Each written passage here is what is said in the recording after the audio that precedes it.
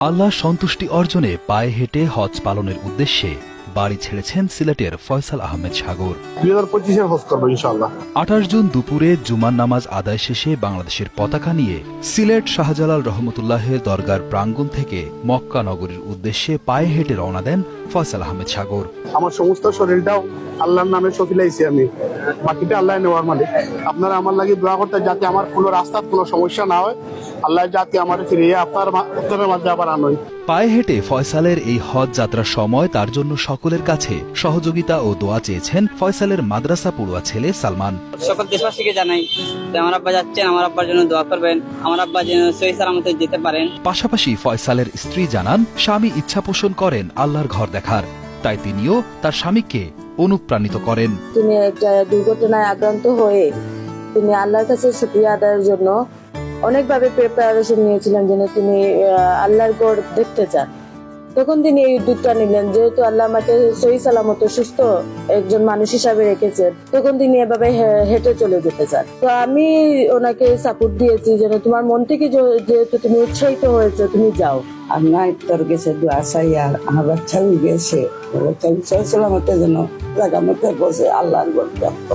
সিলেটের খাসদবির এলাকার বাসিন্দা ফয়সাল এক সময় ছোটখাটো ব্যবসার সাথে জড়িত থাকলেও বর্তমানে তেমন কিছুই করেন না। বছর চারেক আগে হঠাৎ অসুস্থ হয়ে দীর্ঘদিন হাসপাতালে ছিলেন ফয়সাল। সে সময় তিনি নিয়ত করেন সুস্থ হলে পায়ে হেঁটে হজ করবেন। আল্লাহকে খুশি করতে এই নিয়ত পূরণ করতেই অল্প কিছু টাকা সাথে নিয়ে আল্লাহর উপর ভরসা করে পায়ে হেঁটেই হজ করার উদ্দেশ্যে বাড়ি থেকে রওনা হন তিনি। আমি তো এখন বর্তমানে মুসাফির, আমি যেখানে রাত হবে সেখানে মসজিদ পাবো, সেখানে আমি ছেড়ে যাবো।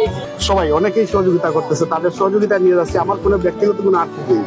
আগে থেকেই আমি ইন্ডিয়ান ভিসা করছি এবং পাকিস্তানের অর্ধেক ভিসা আমি করছি, বাকি ওই জায়গায় করবো।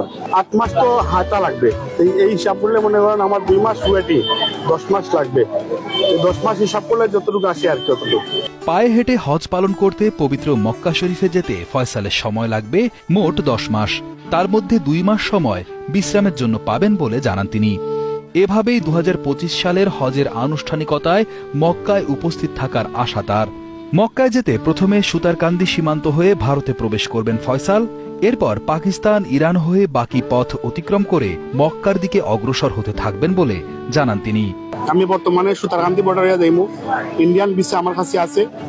আমি দিল্লিত গিয়া পাকিস্তানের ভিসা লইয়া, রাজস্থান লইয়া পাকিস্তান যাইবো ইনশাআল্লাহ। আর পাকিস্তান থেকে ইরানের ভিসা, ইরান থেকে আমি দুবাইয়ের ভিসা, দুবাই থেকে আমি কাতারের ভিসা এবং সহজে সৌদির ভিসা লইয়া আমি প্রবেশ করব। বাংলাদেশ থেকে দ্বিতীয় ব্যক্তি হিসেবে পায়ে হেঁটে হজ করতে মক্কার উদ্দেশ্যে রওনা করলেন 59 বছর বয়সী ফয়সাল। এর আগে লম্বা পথ পায়ে হেঁটে পাড়ি দেওয়ার অভিজ্ঞতা না থাকলেও একসময় ফুটবলার ছিলেন বলে জানিয়েছেন তিনি।